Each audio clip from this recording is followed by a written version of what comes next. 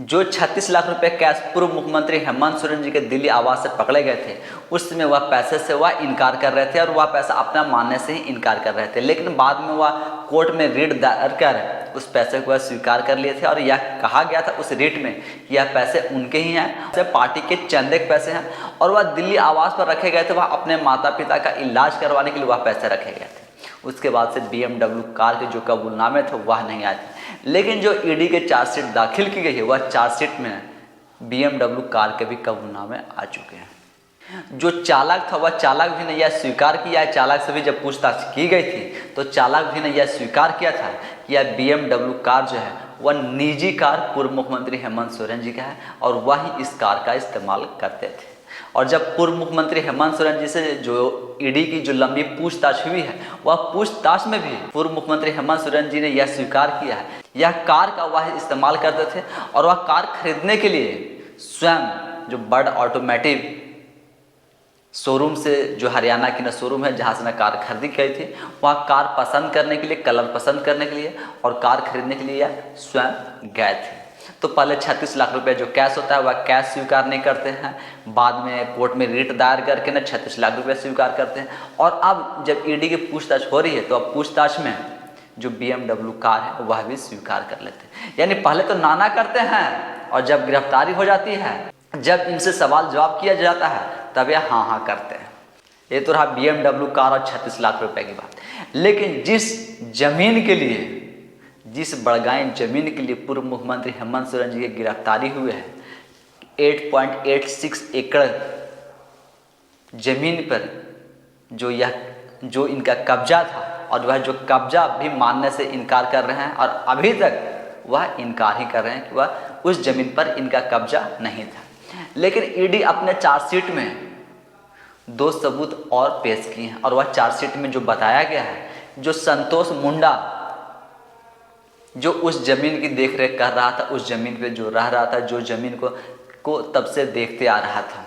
जो संतोष मुंडा है वह यह बताए थे और जो चार्जशीट में ना ईडी का जो चार्जशीट दाखिल किया गया है उसमें यह बताया गया है जो संतोष मुंडा है वह 14 सालों से उस ज़मीन का देखरेख कर रहे हैं और उस ज़मीन की जो देखरेख की जिम्मेदारी थी वह संतोष मुंडा के पास थी और वह 14 सालों से उस ज़मीन की देखरेख कर रहे हैं। 2010-11 से पहले उस ज़मीन में से जो 8.86 एकड़ की जो ज़मीन थी उसमें से कुछ प्लॉट जो है वह बेच दिया गया था। लेकिन पूर्व मुख्यमंत्री हेमंत सोरेन जी के द्वारा बेचे गए ज़मीन पर और जिन्हें बेचा गया था उन्हें बेदखल करके और फिर से उस पर अपना नियंत्रण हासिल कर लेते हैं 2010 और 11। यानी जब इनका ज़मीन नहीं था, वह ज़मीन से इनका कुछ लेना देना नहीं था, फिर जब वह ज़मीन बेच दी जाती है, बेचने के बाद फिर से यह उस ज़मीन पर नियंत्रण हासिल कैसे करते हैं और क्यों करते हैं और जिनको बेचा गया था उनको यह बेदखल कैसे करते हैं। संतोष मुंडा जो कि 14 सालों से उस ज़मीन की देखभाल करते आ रहे हैं। 2017 में संतोष मुंडा के बेटे के नाम पर एक फ्रिज खरीदा जाता है और 2022 में संतोष मुंडा के बेटी के नाम पर एक टीवी खरीदा जाता है उसी ज़मीन पर। तो यह सब रसीद भी जो है वह ईडी ने अपने चार्जशीट में पेश किया, चार्जशीट में बताया है। जिस 8.86 एकड़ जमीन के लिए पूर्व मुख्यमंत्री हेमंत सोरेन जी की गिरफ्तारी हुई है, उस जमीन पर हेमंत सोरेन जी का ही कब्जा था। भले ही पेपर इनके नाम पर नहीं था,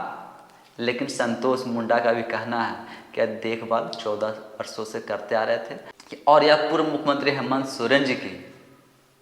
निर्देश पर ही वह करते आ रहे थे। और जो संतोष मुंडा का परिवार है वह परिवार भी उसी ज़मीन पर रहते आ रहा था। लेकिन अब वह ज़मीन जो है वह ईडी के द्वारा कुर्क कर लिया गया है और ईडी के पास में है। जिस ज़मीन के लिए इतनी हुंकार भर रहे थे पूर्व मुख्यमंत्री हेमंत सोरेन जी और वह यह कह रहे थे कि यह ज़मीन जो है वह उनका नहीं है, यह ज़मीन जो है वह न खरीदी जा सकती है न बेची जा सकती है। फिर वह ज़मीन पे जिस ज़मीन के लिए उनकी गिरफ्तारी की गई उस ज़मीन का अगर पेपर पटक दे, कागज़ दिखा दे तो वह राजनीति छोड़ देंगे, झारखंड छोड़ देंगे। लेकिन जब इस तरीके के एक एक दावे जो हैं वह निकल करके आ रहे हैं, जहाँ से वह जो फ्रिज है वह खरीदी जाती है, जहाँ से टीवी खरीदी जाती है, वहाँ से उसकी रसीद जो है वह ईडी ने उपलब्ध करवा है और ईडी ने वहाँ से उस रसीद को निकलवा कर अपने चार्जशीट में पेश किया और चार्जशीट में दिया गया है। जब आरोप लगते हैं, जब मीडिया में खबर चलती है, तब तो यह मानने से इनकार कर जाते हैं। 36 लाख रुपए कैश की जब बात चली थी, तब वह 36 लाख रुपए भी इनकार कर रहे थे और वह एक्सेप्ट नहीं कर रहे थे, स्वीकार नहीं कर रहे थे। BMW कार को भी वह इनकार कर रहे थे, स्वीकार नहीं कर रहे थे। लेकिन आज के समय में 36 लाख रुपए भी वह स्वीकार कर रहे हैं, BMW कार भी स्वीकार कर रहे हैं, और जो वहाँ केयर टेकर जो देखभाल करने वाला है वह भी अब बता रहा कि ज़मीन जो है वह ज़मीन पर कब्जा जो है वह पूर्व मुख्यमंत्री हेमंत सोरेन जी का ही था। एक तरफ ईडी जो है वह चार्जशीट दाखिल करके कुछ आरोप और सबूत जो है वह पेश किए हैं। दूसरे तरफ बाहर में झामुमो जो है वह उलगुलान न्याय रैली करने का आयोजन न करने जा रही है 21 अप्रैल को रांची में। तो एक तरफ भ्रष्टाचार होता है, दूसरी तरफ भ्रष्टाचार को